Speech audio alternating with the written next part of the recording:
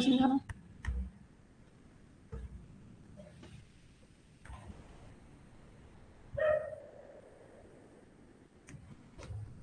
चलो, कल हमने पढ़ा था सबसे पहले कि ट्रांसफॉर्मेशन क्या होता है ना। ट्रांसफॉर्मेशन क्या होता है खुशबू? जल्दी से बताओ ताकि आगे बढ़े। ट्रांसफॉर्मेशन क्या होता है Meenakshi?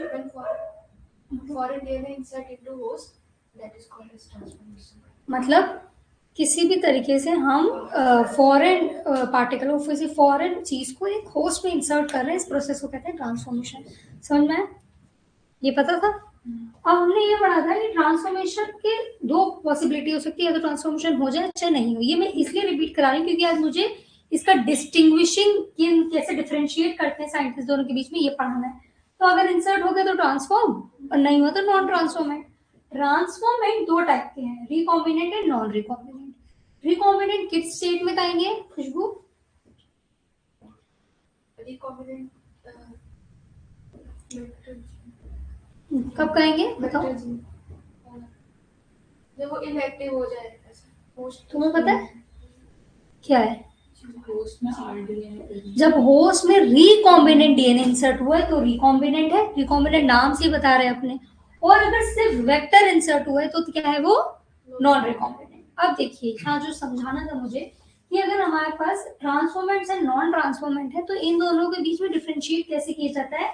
Antibiotic resistant gene technique से हम डिफरेंशिएट करते हैं ट्रांसफॉर्मेंट से नॉन ट्रांसफॉर्मेंट में। कैसे? ही हमने कल पढ़ चुका है। कैसे कि ट्रांसफॉर्मेंट जो है वो ग्रो नहीं होंगे एंटीबायोटिक मीडियम पे, सॉरी ट्रांसफॉर्मेंट ग्रो होंगे एंटीबायोटिक मीडियम पे और नॉन ट्रांसफॉर्मेंट नहीं ग्रो होंगे। तो हम डिफरेंशिएट कर सकते हैं कि ये ट्रांसफॉर्मेंट है ये नहीं है अगर एंटीबायोटिक मीडियम पे ये ग्रो नहीं कर रहे हैं। समझ में आ रहा है? जहाँ नहीं समझ में वहां रोक देना, ठीक है? ठीक है, अगर ये ग्रो कर रहे हैं तो ट्रांसफॉर्मेंट है और एंटीबायोटिक मीडियम पे ग्रो नहीं कर रहे हैं तो ये। अब बात आती है, ये तो दो क्लियर हो गया, पर रिकॉम्बिनेंट एंड नॉन रिकॉम्बिनेंट में हम कैसे डिफरेंशिएट करें? तो ये डिफरेंशिएशन होता है थ्रू लैगजेट के थ्रू, ठीक है? लैगजेट differentiate between recombinant and non recombinant. अब ये लैगजेट है क्या, लैगजी है क्या? ठीक है, ये क्या होता है देखिए, लैगजी एक जीन है जो एक एंजाइम के लिए कोड करती है, जो एंजाइम है बीटा गैलेक्टोसाइडेज। ठीक है, लैगजी क्या है? ये एक जीन है जो बीटा गैलेक्टोसाइडेज एंजाइम के लिए कोड करती है। अब ये बीटा गैलेक्टोसाइडेज का काम क्या है? ये ब्रेक कर देता है लैक्टोज को और एक केमिकल प्रोड्यूस करता है एक्स गैल। इसका दो काम है, एक तो ये लैक्टोज को ब्रेक डाउन करता है और एक केमिकल प्रोड्यूस करता है एक्स गैल। अब ये एक्स गैल क्या करता है? जब एक्स गैल ब्रेक होता है तो ये ब्लू कलर एमिट करता है, देता है। एक्स गैल ब्रेक होता है तो कौन सा कलर देता है? तो हम कैसे डिफरेंशिएट कर रहे हैं? हमें रिकॉम्बिनेंट एंड नॉन रिकॉम्बिनेंट में डिफरेंशिएशन जानना है। तो रिकॉम्बिनेंट और इन दोनों के बीच में डिफरेंशिएशन हम लैगजी के थ्रू पता करते हैं। अब लैगजी है क्या? ये जीन है जो कौन सा एंजाइम प्रोड्यूस करती है? अब बीटा गैलेक्टोसाइडेज का काम क्या है? ये ब्रेक करता है लैक्टोज को और एक और काम क्या है? केमिकल प्रोड्यूस करता है एक्स गैल। ठीक है, एक्स गैल जो है जब ये ब्रेक होगा तो ये ब्लू कलर एमिट करेगा, प्रोवाइड करेगा। अब एक्स गैल किन किन वेक्टर्स में यूज होता है? जैसे PBR 332, PUC 19, ये सारे वेक्टर्स में एक्स गैल यूज होता है। अब देखिएगा, दो कंडीशन है। हमने ये पढ़ लिया कि डिफरेंशिएशन कौन करा रहा है? लैगजी। और लैगजी करता क्या है? अल्टीमेटली ब्लू कलर प्रोड्यूस करता है अगर वो अपनी नॉर्मल स्टेट में इंटैक्ट है, मतलब उसमें कोई डिस्टर्बेंस नहीं हुआ तो। अब दो कंडीशन है, एक कंडीशन में कोई फॉरेन बॉडी डीएनए में नहीं है और एक कंडीशन है फॉरेन बॉडी है। अब जब कोई फॉरेन बॉडी नहीं है तो लैगजी इंटैक्ट है, कुछ आया ही नहीं, वो स्ट्रक्चर वैसे का वैसा ही है। अब लैगजी इंटैक्ट है तो ये बीटा गैलेक्टोसाइडेज प्रोड्यूस करेगा। बीटा गैलेक्टोसाइडेज जो है एक्स गैल का ब्रेक करेंगे और प्रोड्यूस करेंगे ब्लू कलर। पर हमने फॉरेन बॉडी इंसर्ट करी है तो लैगजी डिसरप्ट हो गया। जैसे हमने नहीं पढ़ा था TB 322 में क्या था, जब एम्पीसिलिन साइट पे आकर कोई जीन ऑफ इंटरेस्ट इंटैक्ट हो जा रही तो एम्पीसिलिन मीडियम में नहीं ग्रो कर रहा। वैसे ही अगर कोई फॉरेन बॉडी आ गई तो क्या होगा? लैगजी डिस्टर्ब हो जाएगा, वो साइट डिस्टर्ब हो जाएगी। अब ना तो ये बीटा गैलेक्टोसाइडेज प्रोड्यूस करेगा, ना तो एक्स गैल ब्रेक होगा और ना ही कोई ब्लू कलर प्रोड्यूस होगा, तो कॉलोनी व्हाइट ही रहेगी। तो रिकॉम्बिनेंट एंड नॉन रिकॉम्बिनेंट में डिफरेंस क्या है? जब रिकॉम्बिनेंट रहेगा तब कौन सी कॉलोनी रहेगी, तुमने लिखा था, कौन सी रहती है, वाइड। और जब नॉन रिकॉम्बिनेंट रहेगा तब कौन सी कॉलोनी रहेगी, क्योंकि जब रिकॉम्बिनेंट आएगा तो डिस्टर्ब होगा और वाइट कॉलोनीज रहेंगी, और अगर डिस्टर्ब नहीं होगा तो कौन सी कॉलोनीज रहेंगी। ठीक है, समझ में आया, दोनों का डिफरेंशिएशन एमसीक्यू में आता है। आप कैसे ट्रांसफॉर्मेंट से नॉन ट्रांसफॉर्मेंट में डिफरेंशिएट करेंगे और कैसे रिकॉम्बिनेंट एंड नॉन रिकॉम्बिनेंट में। तो ट्रांसफॉर्मेंट से नॉन ट्रांसफॉर्मेंट में हम एंटीबायोटिक जीन के थ्रू डिफरेंशिएट करते हैं, और रिकॉम्बिनेंट एंड नॉन रिकॉम्बिनेंट में लैग्जी के हेल्प से। ठीक है, अगर क्वेश्चन है लैग्जी कौन सा एंजाइम प्रोड्यूस करता है तो भी बता लोगे, है ना, और ये प्रोड्यूस करके कौन सा कलर एमिट करता है, ब्लू। ठीक है, चलिए ये वाला कॉन्सेप्ट क्लियर हुआ। हाँ, नॉन ट्रांसफॉर्मेंट और ट्रांसफॉर्मेंट डाउट है, नॉन रिकॉम्बिनेंट जो डीएनए था, नॉन ट्रांसफॉर्मेंट और ट्रांसफॉर्मेंट में नॉन रिकॉम्बिनेंट जो सेल था वो तो दोनों पे ग्रो हो जाता है ना। नॉन रिकॉम्बिनेंट, हाँ वो दोनों पे ग्रो होगा, क्योंकि देखिए मैं आपको बताती हूँ, ये कल की क्लास में मैंने लोगों को समझाया था, दो क्विक देख सकते यही समझा रही हूँ। नॉन रिकॉम्बिनेंट तुम कह रही हो एंटीबायोटिक रेजिस्टेंट, उसमें पूछ रही हो ना। हमने एक वेक्टर लिया हमारा, कौन था, PBR322, ठीक है, उसके ऊपर कौन सी दो साइड थी, एम्पिसिलिन एंड टेट्रासाइक्लिन। ठीक है, नॉन रिकॉम्बिनेंट कब होगा, जब सिर्फ वेक्टर है, नो जीन ऑफ इंटरेस्ट। ठीक है, वेक्टर ऐसे का ऐसा ही है, तो एम्पिसिलिन रेजिस्टेंट वाली मीडियम में भी ये ग्रो करेगा क्योंकि एम्पिसिलिन रेजिस्टेंट जीन प्रेजेंट है, और टेट्रासाइक्लिन में भी ग्रो करेगा क्योंकि टेट्रासाइक्लिन भी प्रेजेंट है। पर अगर रिकॉम्बिनेंट वाली स्टेट आएगी, जीन ऑफ इंटरेस्ट आके अगर इस साइड पे लग गया तो ये इनएक्टिवेट हो जाएगा, और अगर इस साइड पे लगा तो ये इनएक्टिवेट हो जाएगा। तो जिस पे लगेगा उसके अपोजिट वाली में ग्रो करेगी, और इस इनएक्टिवेशन को क्या कहते हैं, इंसर्शनल इनएक्टिवेशन। इसको क्या कहते हैं, इंसर्शनल। अभी क्लियर हुआ मीनाक्षी? ना वो तो क्लियर है, तो रिकॉम्बिनेंट वाला है ना, ये जो मैं बता रही हूँ, ये नॉन रिकॉम्बिनेंट है, उल्टा लिखा है क्या, नहीं लिखा है। नॉन रिकॉम्बिनेंट मतलब क्या होता है, ऐसे ओरली बताओ, मत देखो तुम नोट। नॉन रिकॉम्बिनेंट क्या होता है, सिर्फ वेक्टर प्रेजेंट है, तो दोनों ही साइड ओपन रहेंगी ना उसमें, तो ये दोनों में ग्रो करेगा, और रिकॉम्बिनेंट किस में ग्रो करेगा, जो इनएक्टिवेट, जो साइड इनएक्टिवेट रहेगी उसके अपोजिट वाले। ठीक है, अभी क्लियर हुआ? चलिए आपका ये वाला कॉन्सेप्ट क्लियर हो गया। अब हमें इसमें सिर्फ बचा था पीसीआर एंड जेल इलेक्ट्रोफोरेसिस। अब पीसीआर क्या होता है, देखिए पीसीआर जो है, लिखो हेडिंग डालो, पीसीआर पॉलीमरेज चेन रिएक्शन।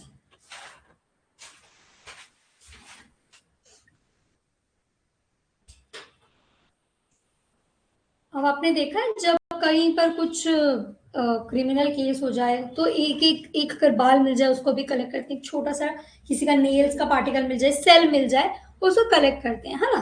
अब एक बात बताओ, उतना छोटे से भी स्टडी हो जाएगी, स्टडी हो सकती है, पर हम इसको एम्पलीफाई करते हैं, एक से मल्टीपल कॉपीज बनाते हैं, किस प्रोसेस के थ्रू, पीसीआर के थ्रू। तो लिखिए PCR is a technique used to amplify मतलब make many copies. PCR is a technique used to amplify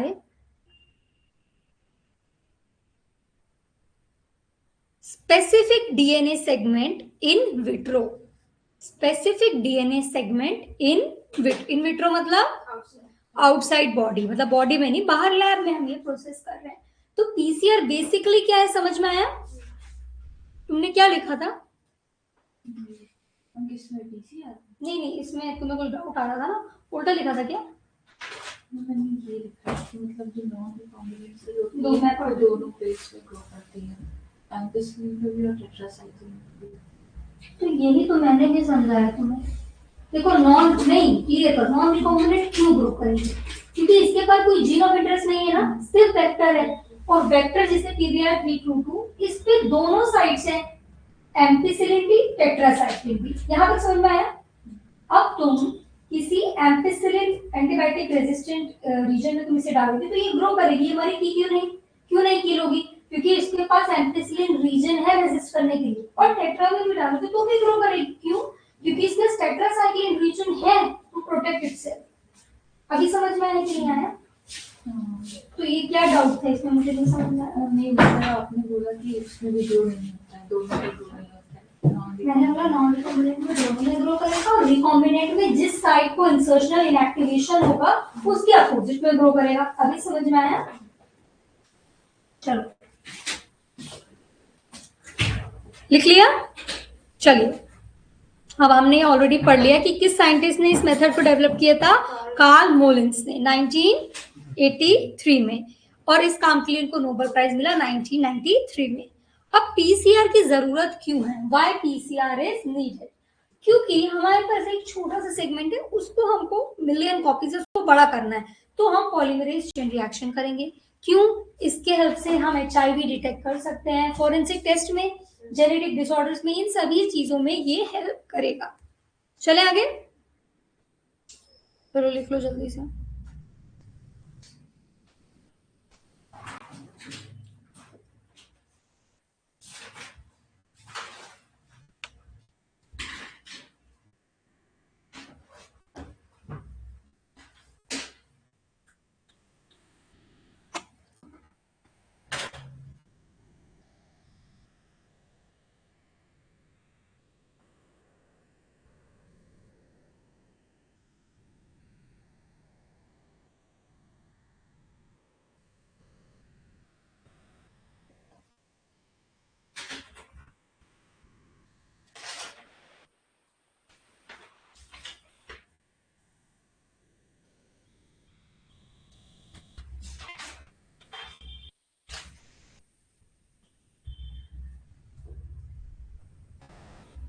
हो गया?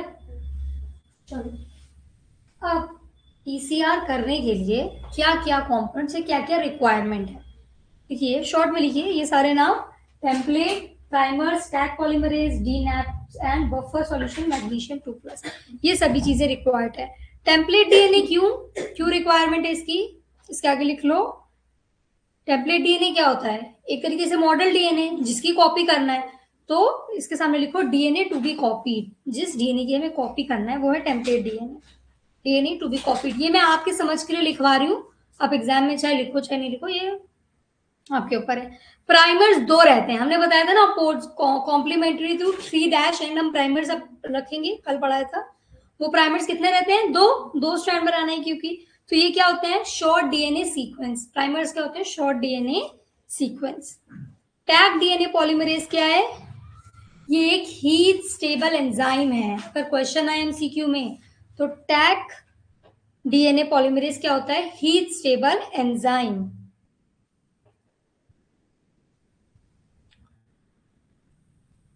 डीएनटीपीएस क्या होता है? लिखिए बिल्डिंग ब्लॉक्स, जो एडेनिन, थाइमिन, ग्वानिन, साइटोसिन को बिल्ड करेंगे। बिल्डिंग ब्लॉक्स जैसे कि ATGC, building blocks, then buffer solution and then ion. बहुत इंपॉर्टेंट एमसीक्यू का क्वेश्चन कि ये टैग पॉलीमरेज आता कहाँ है?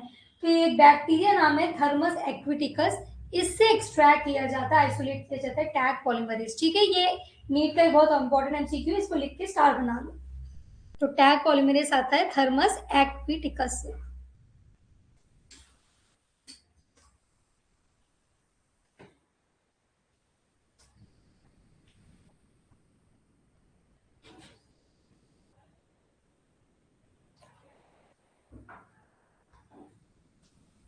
हो गया?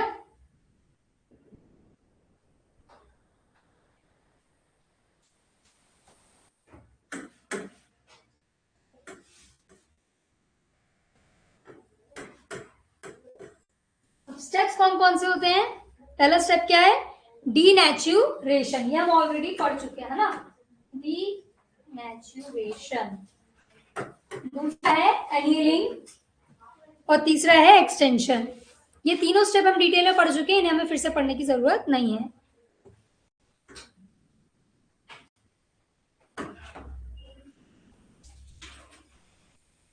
ठीक है, तुमने भी पढ़ा था ये कल।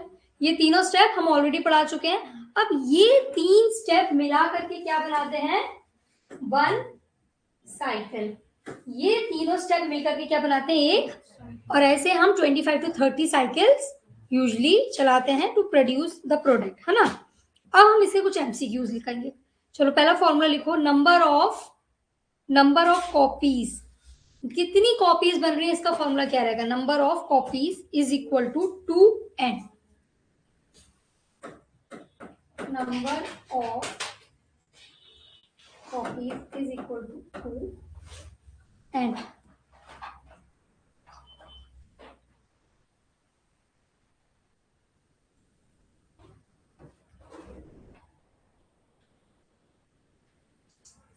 और यहाँ n क्या है, नंबर ऑफ पीसीआर साइकिल, ये n क्या है, n is equal to number of PCR cycle.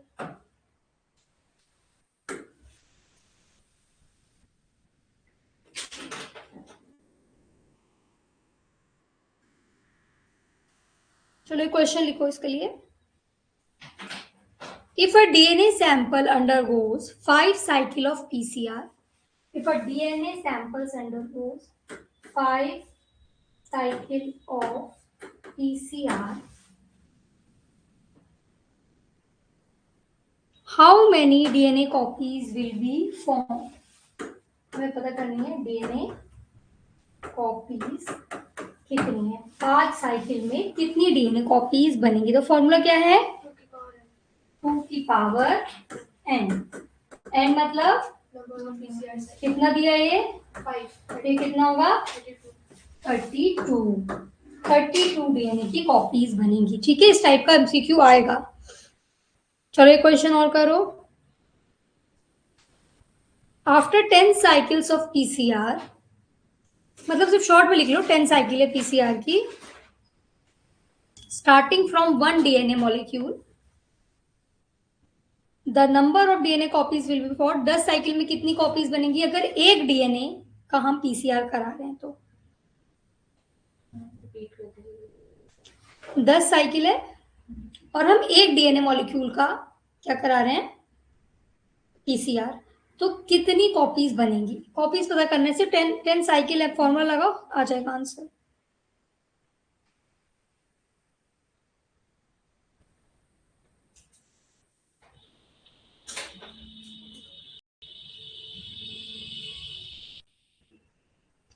अब ये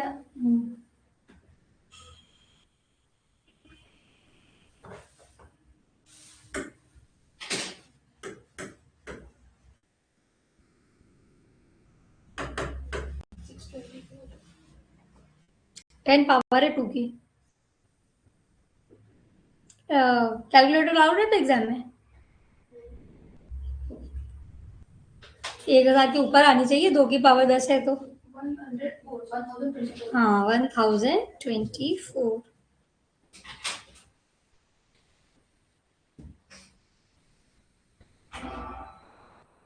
अब एक इंपॉर्टेंट कॉन्सेप्ट सुनिए, अभी तक हम बात कर रहे थे अगर डीएनए मॉलिक्यूल एक है तो हमारा फॉर्मूला है n की पावर 2, पर अगर हम 3 डीएनए मॉलिक्यूल का फॉर एग्जांपल पीसीआर कर रहे हैं तो फॉर्मूला क्या रहेगा। एक्चुअल में फॉर्मूला था नंबर ऑफ कॉपीज का, इट इज 1 इंटू 2 की पावर n। जब एक है तो इसको लिखने से अच्छा एनसीईआरटी में लिख दिया, 2 से अगर आप 1 से मल्टीप्लाई करोगे तो यही आपका फॉर्मूला आएगा। पर अगर नंबर ऑफ डीएनए मॉलिक्यूल जिसको आप मल्टीप्लाई कर रहे हो वो एक से ज्यादा है तो हम करेंगे m इंटू 2 की पावर n। इफ स्टार्टिंग, देखो if starting DNA molecule is more than 1, अगर एक से ज्यादा है तो m इंटू 2 की पावर n।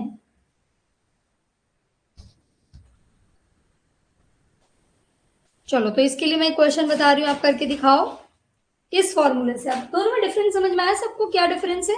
जब एक का करा रहे हैं तो फॉर्मूला क्या है, क्योंकि ये ऐसे फॉर्मूला बना कि एक को तो इंटू करेंगे 2 की पावर n से तो वही फॉर्मूला आएगा, तो ये शॉर्ट में ये लिख दिया गया। पर अगर एक से ज्यादा का पीसीआर करा रहे हैं तो क्या होगा, यहाँ पर m क्या है, नंबर ऑफ डीएनए जिनका हम पीसीआर करा रहे हैं। ठीक है, चलो उसका क्वेश्चन लिखो, if PCR starts with 2 DNA molecules, if PCR, सही जवाब दीपक, कैलकुलेटर नहीं अलाउड है एग्जाम में? हाँ, नीट और कौन सा एग्जाम देना? If PCR starts with 2 DNA molecules and run for 4 cycles,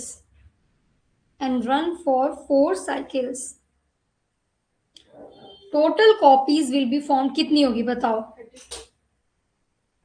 अरे वाह, सही है। m इंटू 2 की पावर n। m कितना है हमारा? 2 ना? m 2 इंटू 2 की पावर 4। 2 की पावर 4 16 हो जाएगा और m हमारा 2 है। 16 इंटू 2 32।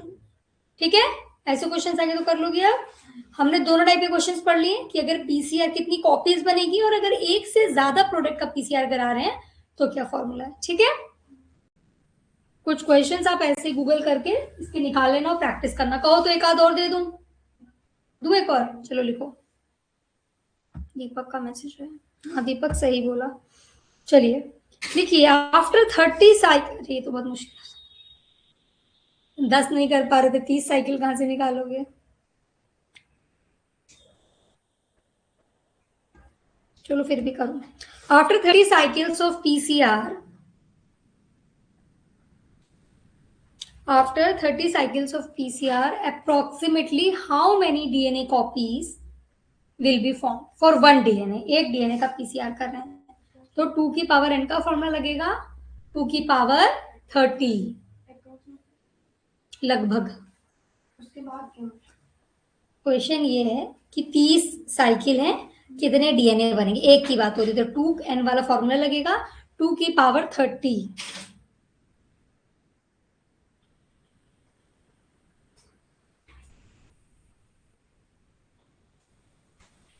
आंसर मैं बता दे रही हूँ 1 बिलियन आएगा, 10 की पावर 9। ठीक है, ये आप लोग कर लेना, मुझे मैथ्स पढ़े बहुत दिन हो चुका है। चले, पीसीआर समझ में आया सबको? अभी इतना पीसीआर 5 नंबर के क्वेश्चन के लिए बहुत है। क्यों करते हैं, डेफिनेशन क्या है, स्टेप्स क्या है, फॉर्मूलेस क्या है, ठीक है, और इंपॉर्टेंस क्यों है। पीसीआर कंप्लीट हुआ, अब हेडिंग डालिए gel electrophoresis. Gel electrophoresis,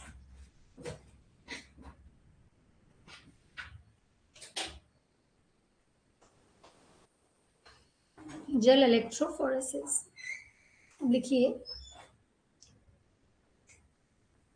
Gel electrophoresis is a technique. It is a technique used to separate DNA fragment. तुमने लिखा होगा already. It is a technique used to separate DNA segment based on their size using electric current. Based on their size using electric current. नहीं लिखा? It is a technique used to separate DNA segment. It is a technique used to separate DNA segment based on their size using electric current. Technique used to Separate DNA fragments based on their size using electric current. मतलब कि जो हमारा restriction enzyme है जब DNA को cut करेगा, molecular scissor जब cut करेंगी तो ये फ्रेगमेंट्स को जेल इलेक्ट्रोफोरेसिस की हेल्प से हम उनके साइज के अकॉर्डिंग क्या कर सकते हैं, सेपरेट आउट कर सकते हैं।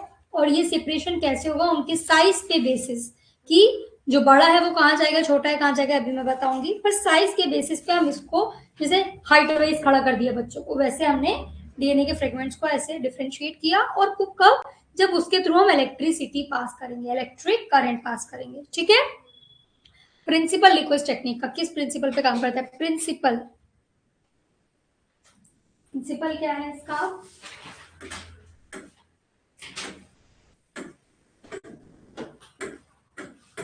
डीएनए कैसा है, negatively charge.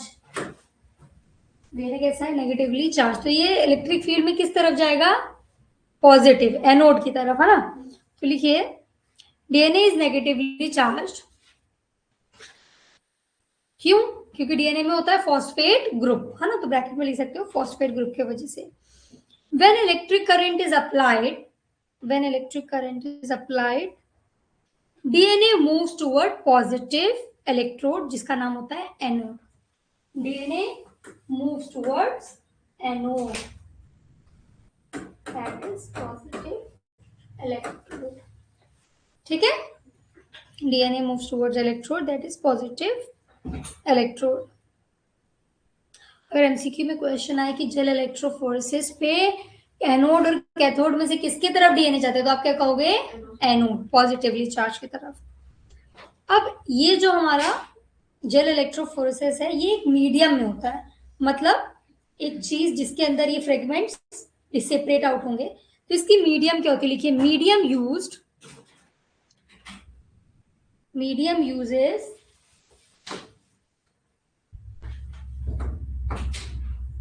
agarose gel. Medium uses agarose gel. ये एक तरीके की छन्नी की तरह काम करती है ना, एक तरीके की सीव है ये एगारोज जेल. अब इसमें क्या होगा? लिखिए, small DNA fragments,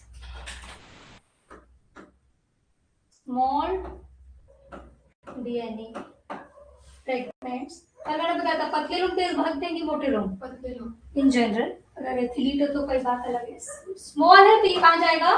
faster and further, दूर जाएगा. और जो लार्ज है वो कैसे जाएंगे? ये स्लोअर एंड नियरर. ठीक है, जो हमारे लार्ज पार्टिकल्स है वो move faster and further, and large particle move slower and nearer. इस तरीके से पार्टिकल सेपरेट आउट होते हैं. जो सबसे छोटा रहेगा वो सबसे दूर चला जाएगा, जो मीडियम साइज से रहेगा वो बीच में रहेगा, जो सबसे बड़ा रहेगा वो सबसे ज्यादा पास में रहेगा.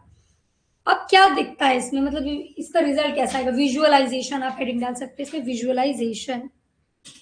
मतलब कि आप इन डीएनए के जो पार्टिकल्स रहते हैं ये कलरलेस होते हैं, मतलब नेकेड आई से नहीं दिखते. तो कोई एक स्टेन है जिसके थ्रू हम इसको देखेंगे. Visualisation, ethidium bromide, visualisation through ethidium bromide. ये सब एमसीक्यू के क्वेश्चन है. अगर जेल इलेक्ट्रोफोरेसिस तुमको नहीं है बोर्ड्स में तो एमसीक्यू में ये आ जाएगा. मीनाक्षी, ये एमसीक्यू में आ सकता है अगर तुम्हारे को 5 नंबर 2 नंबर में ये नहीं है.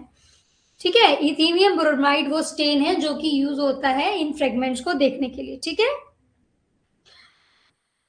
तो ये क्या करता है? इथिडियम ब्रोमाइड डीएनए को ग्लो कर देता है अंडर यूवी रेस. तो लिखिए, glow under UV light, glow under UV rise.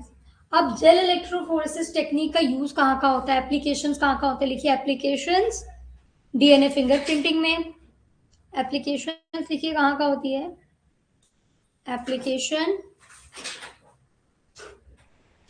Application of gel electrophoresis, DNA fingerprinting, checking PCR products,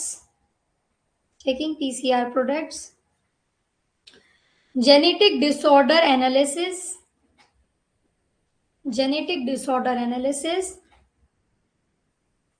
and forensic science.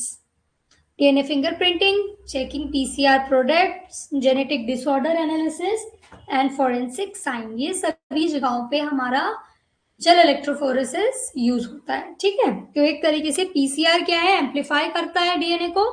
Gel electrophoresis separate करता है डीएनए के fragments को. ठीक है,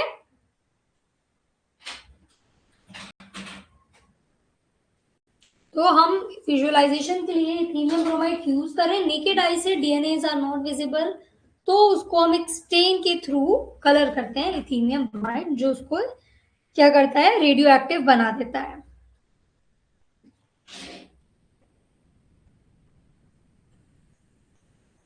तो यहाँ हमारा ये चैप्टर कंप्लीट होता है. ठीक है, इसमें बस ये 2 टॉपिक बचे थे, बाकी सब हो गया था, है ना. तो हम स्टार्ट करेंगे बायोटेक्नोलॉजी एंड इट्स एप्लीकेशन. मैं 2 मिनट के लिए लाइव क्लास एंड कर रही हूँ ताकि मैं न्यू चैप्टर स्टार्ट कर सकूँ. तो वेट करिएगा जो भी ज्वाइन है. उनको नेक्स्ट चैप्टर में